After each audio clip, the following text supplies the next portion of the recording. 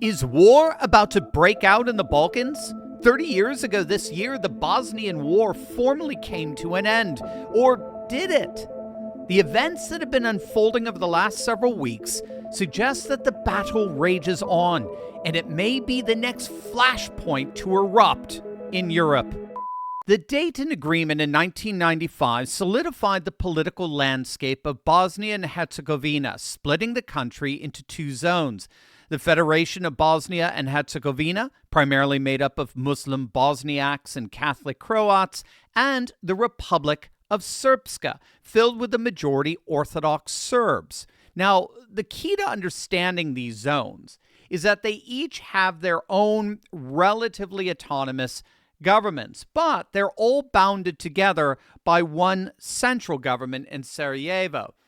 But on top of that, there's also what's called the High Representative. It's a political office that was created in 1995 to stop the Balkan country from slipping back into war. The High Representative is appointed by the United Nations and has significant political powers. Now, currently, Christian Schmidt, a German politician from the CDU, that's Angela Merkel's former party, oversees the implementation of the Dayton Agreement as High Representative. Now, this German High Representative is a very controversial fellow. Not only do Bosnians not like being ruled by a foreigner, particularly from Germany, but he was appointed by the UN despite the objections of both Russia and China, as well as representatives from Srpska. And he even went so far as to change Bosnia's electoral laws during their elections in 2022. And this is where things start getting ugly. Meet Milorad Dodic, president of the Republic of Srpska. Dodic has publicly accused Schmidt of intentionally undermining the rights of Serbs while suppressing the autonomy of Srpska.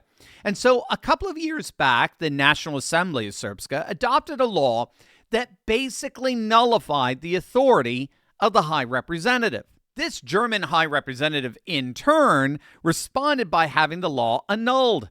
But President Dodic ignored that annulment and put the law into effect. Then this German High Representative amended the criminal code to make failing to implement his annulment a criminal offense. But Dodic remained resolute and refused to back down. And so, in 2023, President Dodic was, of course, indicted. And yet again, he refused to back down. Instead, he responded by saying that if Schmidt, this High Representative, so much as entered the Republic of Srpska, he would be arrested on the spot. Dodic also threatened to hold an independence referendum to secede from Bosnia, block Bosnia's court authority, and withdraw all Srpska representatives from Bosnian state institutions. And what happened next is going to blow your mind. But first, gang, President Trump just signed an executive order outlining his plans to create America's first national sovereign wealth fund. And it will need to be filled up with assets and fast. Trump wants a go-live plan in the next 90 days. The Wall Street types are already focused on packing it with real estate, infrastructure, and pieces of trendy companies like TikTok. But let's not forget about gold. Sovereign wealth funds love to buy gold in bulk. Australia's been loading up. Saudi Arabia is buying the world's largest gold mine to supply itself. And even tiny Singapore recently added more than 100 metric tons of gold to its vaults. Can you imagine what could happen to the per ounce price of gold, which has already been surging sky high since Trump took office? I mean, if America's new sovereign wealth fund followed international best practices and made gold a part of its diversified portfolio, can you imagine? I mean, it would potentially make our country a brand new mega buyer in an already tight market. And when there's limited supply and huge demand, well, the impact on prices, let's just say you want to be ready. There's a simple way to get in on the action. It's all laid out for you in the free gold report from my partners at TurleyTalksLikesGold.com. You'll want to request your copy right away. After all, President Trump has put the world on notice.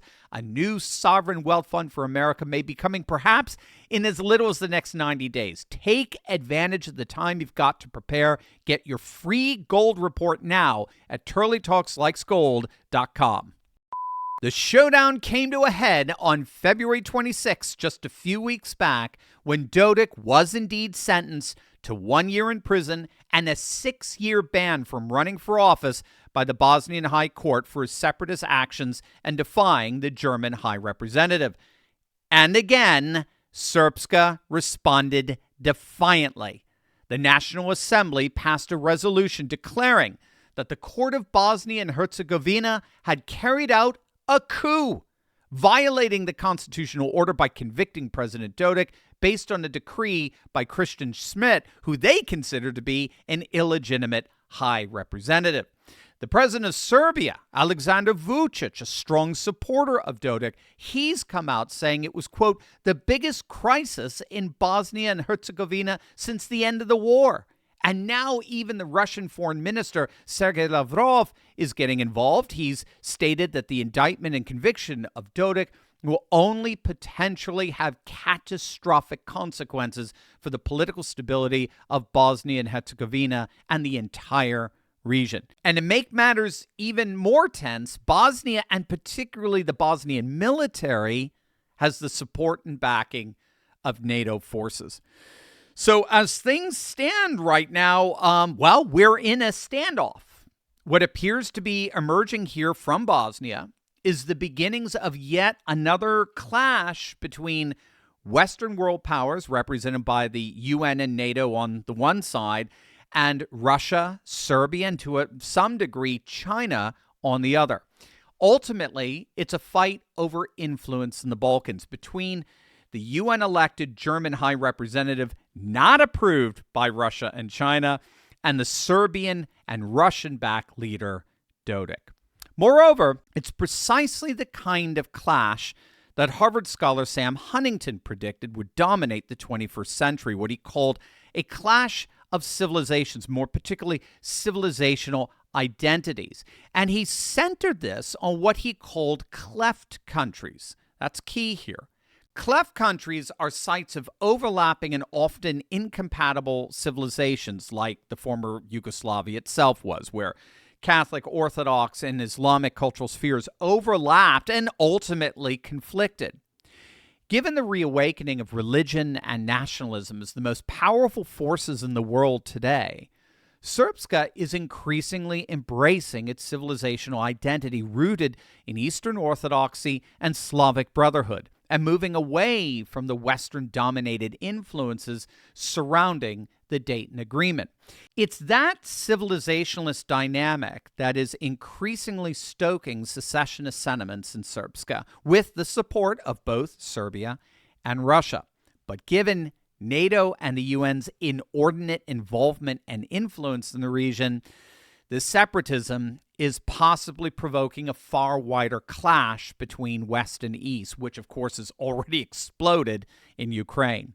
Now, Huntington argued that in the wake of these civilizational clashes, they can only ultimately be resolved by what he called core civilizational states. Now, these are the great power states that serve as the political, economic, and military centers of the reawakening civilizations around the globe. And Huntington recognized that it's going to be these civilizational core states that are going to be tasked with the responsibility of negotiating directly and exclusively with each other and hashing out security measures, and those negotiations will then have decisive implications for their respective smaller satellite countries like Bosnia and Srpska.